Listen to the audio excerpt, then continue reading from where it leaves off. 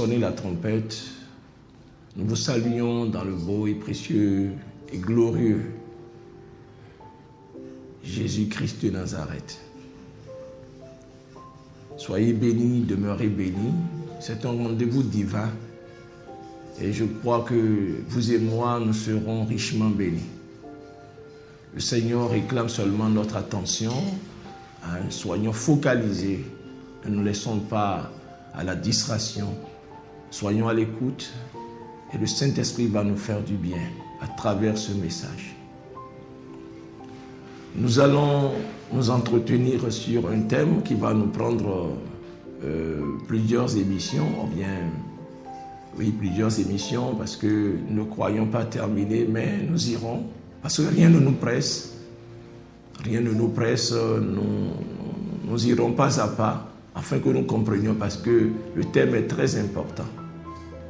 C'est un thème d'actualité d'ailleurs. Et ce thème, nous l'intitulons « La souffrance du juste ». La souffrance du juste. Permettez que nous puissions prier. Père, nous voulons te dire merci, nous voulons te rendre grâce, Seigneur, pour ce moment que tu nous accordes. Pour nous nourrir, Seigneur, de ta parole, Seigneur. Seigneur, dispose les cœurs. Ouvre notre entendement afin que nous puissions saisir ce que tu veux nous dire à travers cet enseignement. Seigneur, affermis, fortifie, relève, restaure, oriente, éclaire, Seigneur, tes enfants. Seigneur, bénis-nous comme tu as toujours l'habitude de le faire. Bénis-nous et bénis-nous davantage. Et prépare-nous, Seigneur, pour ton retour. Reçois la gloire, Père, parce que tu l'as fait. Au nom puissant de Jésus-Christ de Nazareth. Amen. Donc, la souffrance du juste. Déjà, la souffrance, c'est quoi? Quand on parle de la souffrance, on parle de la douleur. De la douleur. Et cette douleur, elle peut être physique, elle peut être émotionnelle aussi. Elle est physique lorsque vous éprouvez de la douleur, même dans votre corps physique. Dans votre corps physique. Vous avez peut-être mal à la tête et ça vous fait du mal, ça vous fait souffrir. Vous avez peut-être mal au bras, vous avez de la courbature. Donc vous éprouvez, c'est une souffrance physique. Une souffrance physique. Elle peut être émotionnelle. Quand on parle d'émotion, on parle de l'âme. Votre douleur peut être au niveau de votre âme. C'est-à-dire vous pouvez être vraiment stressé, vous pouvez avoir des soucis. Mais il faut dire que les deux types de douleurs sont liés. Parce que de la douleur émotionnelle, vous pouvez passer à la douleur physique. Comme de la douleur physique, vous pouvez passer à la douleur émotionnelle. Tout qu'on fait, c'est la douleur, c'est de la souffrance. Donc quand on parle de souffrance, souffrir, c'est sentir de la douleur, je l'avais dit tantôt, c'est éprouver de la peine, du dommage, c'est endurer, souffrir, par exemple souffrir la persécution, le martyre, souffrir la mort, souffrir les injures, la faim, la soif. C'est aussi supporter. Souffrir, c'est aussi supporter. Comme par exemple dit, personne ne peut le souffrir. Personne ne peut le souffrir. Souffrir, c'est aussi tolérer. Ne pas empêcher, ne pas pouvoir empêcher. Donc, c'est ça la souffrir. Je vais en rester là. Vous passez maintenant au juste. Le juste, c'est d'abord celui-là qui a reçu la justification que seul le Seigneur donne. Lorsqu'on vient à lui, en reconnaissant qu'on est pécheur, condamné, qui a besoin d'être sauvé. Donc je répète, je dis le juste, c'est celui-là qui a reçu la justification que seul le Seigneur donne. Lorsqu'on vient à lui en reconnaissant qu'on est pécheur, condamné et qu'on a besoin d'être sauvé. C'est ça le juste. Cette justification, c'est-à-dire, ne dépend pas de celui qui la reçoit, mais ce dont il a besoin seulement, c'est de reconnaître son état de pécheur condamné. il reconnaît et il se tourne vers le Sauveur unique. Il place sa confiance en lui et celui-là lui donne maintenant, celui-là le déclare juste. Celui-là lui confère cette justice que lui-même il ne peut pas obtenir par lui-même. Il n'a pas la capacité de se justifier. Mais parce qu'il tourne son regard vers le Sauveur unique, Jésus-Christ de Nazareth, en lui accordant vraiment sa confiance, alors Jésus-Christ le déclare juste. Et nous pouvons lire rapidement la Bible. Romains 5, verset 1 nous dit, dans Louis II, étant donc justifiés par la foi, nous avons la paix avec Dieu par notre Seigneur Jésus-Christ. J'aime aussi la parole vivante qui dit, du même passage, Romains 5, verset 1, si donc nous avons été déclarés justes devant Dieu, en raison de notre foi, nous sommes en paix avec lui. Grâce à notre Seigneur Jésus-Christ, jouissons de cette paix et gardons-la. Donc vous voyez, cela ne dépend pas de nous, c'est de notre foi en Jésus-Christ. Parce que tous nous sommes pécheurs et nous sommes privés de la gloire de Dieu. Nous avons besoin de cette justification pour rentrer à nouveau en relation avec le Dieu Tout-Puissant. Cette relation que nous avions perdue depuis le Jardin d'Éden. Donc il faut que nous soyons justifiés. Et comme nous ne pouvons pas le faire en tant qu'être humain, il a fallu que Dieu envoie son Fils unique, Jésus-Christ de Nazareth, mourir à la croix. Il a porté à la croix nos péchés, nos iniquités. Et nous n'avons plus grand effort à faire. C'est de nous tourner vers celui-là qui seul a souffert réellement pour nos péchés. Et alors, parce que nous le faisons de tout notre cœur, lui, il nous déclare juste. C'est comme ça que nous sommes justifiés par la foi. Lisons aussi Galates 2, verset 16 qui dit « Néanmoins, sachant que ce n'est pas par les œuvres de la loi que l'homme est justifié, mais par la foi en Jésus-Christ. Nous aussi, nous avons cru en Jésus-Christ, afin d'être justifiés par la foi en Christ, et non par les œuvres de la loi. Parce que nulle chair ne sera justifiée par les œuvres de la loi. » Donc vous voyez, donc je disais tantôt que le juste, c'est d'abord celui qui a reçu la justification par que seul Jésus-Christ donne lorsqu'on vient à lui en reconnaissant qu'on est pécheur, condamné et qu'on a besoin d'être sauvé.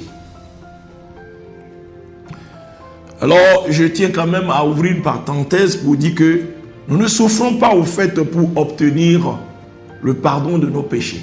Non, non.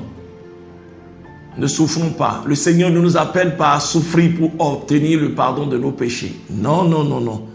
Car Christ seul a souffert une fois pour toutes pour tous les êtres humains. Tout ce que nous demandons, que le Seigneur nous demandons pour être justifié, c'est la reconnaissance de notre état de pécheur, notre repentance. Et que nous tournons les regards vers celui-là seul, dont la souffrance a été validée, accueillie par le Dieu Tout-Puissant. Voyez, et lui, il nous déclare juste. Donc nous ne souffrons pas pour recevoir le pardon. Non, seul Christ a souffert. Parce que si nous pouvons souffrir pour offrir, pour recevoir le pardon, il serait inutile que Christ arrive dans ce monde. Donc la repentance est différente de la pénitence. Ne parlons pas de la pénitence. Il ne faut pas subir une pénitence pour espérer être pardonné. Non. Il y a une seule pénitence que Dieu accueille, que Dieu agrée. C'est la pénitence que Christ a faite à la croix. Pour nous, c'est la repentance. Et alors, il nous transfère sa justice. Et désormais, Dieu le Père nous voit comme des justes. Donc, c'est ça. Bon, maintenant, il y a un deuxième niveau de justice. Le juste, au deuxième niveau, c'est celui qui, en reconnaissance de la première justification qu'il a obtenue par le mérite de Jésus, je répète bien, par le mérite de Jésus, celui-là qui a obtenu cette justification, au fait, il ne méritait pas, mais c'est Christ qui a mérité. Et parce qu'il a eu foi en Christ, cette justice lui a été transférée. Maintenant, il faut qu'il se montre reconnaissant. Donc je dis, mais le juste, c'est celui-là, par reconnaissance de la première justification qu'il a obtenue par le mérite de Jésus, celui-là qui s'engage maintenant à pratiquer ce qui est juste. Autrement dit, celui-là laisse celui qui l'a justifié à vivre sa justice en lui par le Saint-Esprit. Je m'explique. Vous ne méritez pas la justification. Ne méritons pas. Nous étions condamnés. Et lorsque l'évangile nous est parvenu et nous a révélé notre état de pécheur, notre séparation éternelle avec Dieu, alors nous avons vu notre misère et nous avons cru en celui-là qui a payé le prix pour le péché. Nous avons placé notre confiance en lui et nous avons été déclarés maintenant justes. C'est-à-dire nos péchés ont été pardonnés. Nous avons été lavés par le sang de l'agneau, le sang de Jésus-Christ de Nazareth. Maintenant que tu as obtenu quelque chose que tu ne méritais pas, alors quelle doit être maintenant ton attitude? Tu dois avoir une attitude de reconnaissance vis-à-vis de celui qui t'a donné cette justification gratuitement. Maintenant, en vivant et en posant des actes justes, ça veut dire que ces choses-là qui te condamnaient, pour lesquelles il était allé à la croix, alors tu dois être maintenant, oui, tu dois te donner, tu dois t'engager à te détourner de ces choses et à vivre maintenant correctement, à vivre selon sa volonté. Parce que lorsque Dieu nous justifie, il nous justifie et la preuve, c'est qu'il nous donne son esprit qui vient habiter dans notre esprit. Et c'est comme ça que nous sommes régénérés dans notre esprit. Nous sommes nés de nouveau en recevant Christ, en recevant l'Esprit de Dieu en nous. Et c'est ça qui fait de nous des enfants de Dieu. Étant enfant de Dieu maintenant, tu as reçu maintenant dans ton esprit une nouvelle nature. L'ancienne nature qui a conduit Christ à la croix, oui, cette nature doit mourir. Et tu dois vivre selon la nouvelle nature. Ce sera, bien-aimé, c'est dire ce que tu peux offrir au Seigneur en échange de ce qu'il t'a fait. C'est dire ta reconnaissance, en menant maintenant une vie correcte et en posant des actes justes, en pratiquant des œuvres justes. Alors celui-là, on l'appelle alors le juste. Donc le premier niveau, cela ne dépend pas de toi, mais c'est lui qui le fait. Et il te déclare juste. Il a besoin juste de ta foi. Mais le deuxième niveau, c'est toi-même maintenant qui entre en action. J'ai été pardonné, j'ai été lavé. Moi qui méritais être condamné, moi qui méritais aller en enfer. Et voici celui-là, il a souffert pour moi. Ah, il n'est pas bon que je continue dans la vie ancienne. Il faut que je me comporte, oui, de manière à ce qu'il soit heureux d'avoir accepté de mourir pour moi. Parce que autrement ce serait profaner le sang de Jésus-Christ. Ce serait dire, non, tu es mort inutilement. Je n'en ai pas besoin. Mais il faut être reconnaissant. En vivant, en menant une vie de justice. Une vie et en posant ou bien en pratiquant des œuvres justes. Maintenant, celui-là, on peut l'appeler encore juste. Que Dieu nous bénisse. Que Dieu nous bénisse. Maintenant, on parle de la souffrance du juste. La souffrance du juste. La souffrance du juste est cette souffrance morale ou physique qu'on peut subir pour la simple raison qu'on appartient à Christ et qu'on veut vivre de manière à lui être agréable. C'est ça la souffrance du juste. Si vous voulez la souffrance du chrétien, si je veux m'exprimer de la sorte pour que vous compreniez mieux la souffrance du chrétien, la souffrance du juste. Et allons dans la parole de Dieu. Lisons 1 Pierre 4, verset 12 au verset 16. Je préfère bien lire la parole de vie parce que j'aime particulièrement cette version. La Bible dit: Amis très chers, vous êtes dans le feu de la souffrance. Ne soyez pas surpris. Ce n'est pas étonnant. Ce feu va montrer ce que vous valez. Si vraiment vous participez aux souffrances du Christ, soyez joyeux. Alors, quand vous verrez sa gloire, vous serez également heureux et plein de joie. Si on vous insulte parce que vous êtes des disciples du Christ, quel bonheur pour vous. L'Esprit de Dieu, l'Esprit glorieux est sur vous.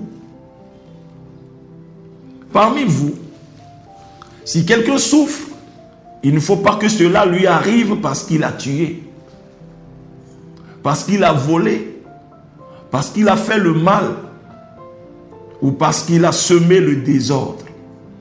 Mais s'il souffre parce qu'il est chrétien, il ne doit pas avoir honte.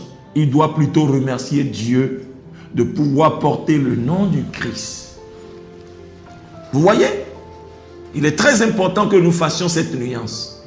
Parce que beaucoup prétendent souffrir pour Christ. Mais il y a souffrance et souffrance. La Bible a bien précisé. La Bible a su faire la différence. Parce qu'il y a des gens qui souffrent. Vous pouvez souffrir parce que vous avez fait ce qui est mal. Vous pouvez souffrir parce que vous avez tué. Vous pouvez souffrir parce que vous avez volé. Parce qu'il y a des gens dans le Seigneur qui se disent chrétiens et qui continuent quand même selon l'ancienne nature. Et cela leur attire. Cela leur attire, bien aimé, des détresses. Cela attire des malheurs. Et ils se rangent, vraiment, ils se mettent avec les véritables chrétiens et ils prétendent souffrir pour Christ. L'apôtre a bien fait la différence. Si vous souffrez parce que vous appartenez à Christ et parce que vous voulez coûte que coûte lui être agréable et que c'est à cause de cela que vous êtes brimé et que vous éprouvez une souffrance à cause de cela, alors mais le Seigneur dit que vous devez vous estimer heureux, vous devez glorifier le nom du Seigneur parce que sa gloire repose sur vous. Mais si c'est en tant que malfaiteur que vous souffrez, en tant que menteur, vous vous ingérez dans les affaires d'autrui, vous calomniez et toute sa chaise ouvre la porte à l'ennemi dans votre vie et vous subissez des dommages. Alors ne dites pas que c'est à cause du Seigneur que vous souffrez. Non, non, non, non. Ce dont vous avez besoin dans ce cas, c'est la repentance. Il faut que vous repentiez. C'est la repentance. Vous devez vous repentir pour revenir au Seigneur. Donc discernez votre souffrance. Ne vous mettez pas avec les autres en disant que vous souffrez en tant que chrétien. Non, discernez votre souffrance. Discernez votre souffrance. Ne prétendez pas souffrir pour Christ pendant que vous vivez très mal. Et vous savez, quand vous vivez très mal, vous allez vous attirer également des ennuis. Donc, l'apôtre a bien fait la différence pour que nous comprenions que nous ne devons pas, ne devons pas souffrir en tant que malfaiteurs, mais nous devons souffrir en tant que chrétiens, en tant que justes. Que Dieu nous bénisse. Bien-aimés, il y a des questions que les gens se posent en tant que chrétiens. Mais pourquoi doit-on souffrir? N'est-ce pas que Christ est allé à la croix, mais il a porté nos souffrances, c'est ce qu'on nous a dit. Vous savez, il faut se poser la question parce que nous avons reçu toutes sortes d'évangiles. Toutes sortes d'évangiles. Je ne sais pas quel évangile vous avez reçu, vous. Parce que beaucoup sont venus dans le Seigneur parce qu'on leur a dit, mais tu vois, quand tu vas venir au Seigneur, il n'y a plus du tout de souffrance. Quand tu vas venir au Seigneur, tes affaires vont marcher. Ce voyage, tu vas l'effectuer, tu vas obtenir ton visa. Tu vas bientôt te marier. Tu ne tomberas plus jamais malade. Oui. On t'a présenté la vie en rose. Et on dit que si tu viens à Christ, alors tout sera vraiment rose. Et depuis que tu es venu au Seigneur, certes, bon, tu as vu quelque peu ce qu'on t'a dit, mais tu vois que ce n'est pas, ça ne coule pas comme tu souhaitais. Ça ne marche pas comme on te l'avait dit. Et tu vois que oui, ta souffrance peut-être s'est décuplée. Et tu te poses la question, et tu te dis, est-ce cela vraiment la vie chrétienne? Parce qu'on ne t'a pas dit que même dans le Seigneur, on peut souffrir. Parce que ce que tu obtenais si facilement lorsque tu étais de l'autre côté, tu ne pouvais plus obtenir ça comme cela, parce qu'il faut que tu puisses examiner cela à la lumière de la parole de Dieu. Parce qu'il y a une question que tu dois te poser désormais. Ce que je veux faire, ce que je veux dire, là où je veux aller, est-ce que cela glorifie la nouvelle nature que j'ai reçue? Est-ce que cela glorifie le prince, le Seigneur de cette nature, Jésus-Christ de Nazareth? Et au cas où cela ne le glorifiait pas, alors tu vas t'abstenir de le faire. Et ça occasionne une souffrance dans la chair. Et la souffrance, elle est grande lorsque nous voyons encore ceux de l'autre côté qui obtiennent les choses si facilement, qui mènent leur vie et sans que personne ne les interpelle. Alors tu te dis, mais qu'est-ce que je suis devenu? Où est-ce que je suis venu me caser? Est-ce que j'ai effectué vraiment un bon choix? Bien-aimé, c'est ce qu'il faut. Parce que ceux-là qui veulent suivre Christ pieusement doivent souffrir dans la chair. Ils doivent être persécutés. Oui, c'est ça, souffrir pour Christ. Donc, si vous menez une vie contraire, une vie contre la nature, la nouvelle nature que vous avez reçue, alors vous allez certainement souffrir, mais ne prétendez pas souffrir pour Christ. Vous avez plutôt besoin de repentance. Bien-aimés dans le Seigneur, nous allons nous en arrêter là pour continuer dans le prochain numéro. Mais je ne sais pas si toi qui me suis, tu as déjà obtenu cette première justification. Cela ne dépend pas de toi. Tes efforts ne te la donneront jamais. Mais tu as besoin de tourner les regards sur celui-là seul dont le sacrifice a été agréé par le Père Tout-Puissant, Jésus-Christ de Nazareth. Il suffit seulement que tu reconnaisses ton état de pécheur et que tu saches que sans lui, tu es condamné à aller à la perdition éternelle, à vivre loin de Dieu. Mais si tu peux accepter Jésus comme ton Seigneur et ton Sauveur de tout ton cœur, son sang qui a coulé à la croix te lavera de tous tes péchés. Et alors, il te déclarera juste. Donc, veux-tu prier avec moi pour recevoir Jésus dans ta vie, pour être justifié? Alors, dis cette prière avec moi. Dis Dieu Tout-Puissant, je te dis merci. Merci pour cette opportunité que tu m'as accordée d'écouter cette parole. Je reconnais que je suis pécheur. J'ai besoin d'être sauvé. Je viens à toi. C'est pour mes péchés que Jésus est allé à la croix. Son sang a coulé. Seigneur, pardonne-moi et lave-moi par le sang de Jésus-Christ. Lave mon esprit, mon âme et mon corps. Voici, je t'ouvre mon cœur. Viens y habiter. Sois mon Seigneur et mon Sauveur, Jésus. Je crois que tu es mort pour mes péchés et tu es ressuscité pour ma justification. Merci pour cette justification que tu me donnes. Alors je déclare maintenant que je suis juste, lavé totalement au nom de Jésus-Christ de Nazareth. Bien-aimé, tu es heureux, toi qui as pris cette décision, qui as fait cette prière de tout cœur avec moi. Rassure-toi que le Seigneur t'a déclaré juste. Que Dieu nous bénisse. Et à bientôt.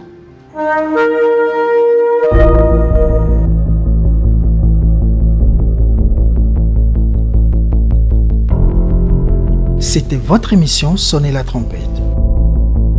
N'oubliez surtout pas de vous abonner et d'activer la cloche de notification pour ne rater aucune de nos prochaines publications. Vous pouvez également nous suivre sur notre page Facebook, Instagram et Twitter.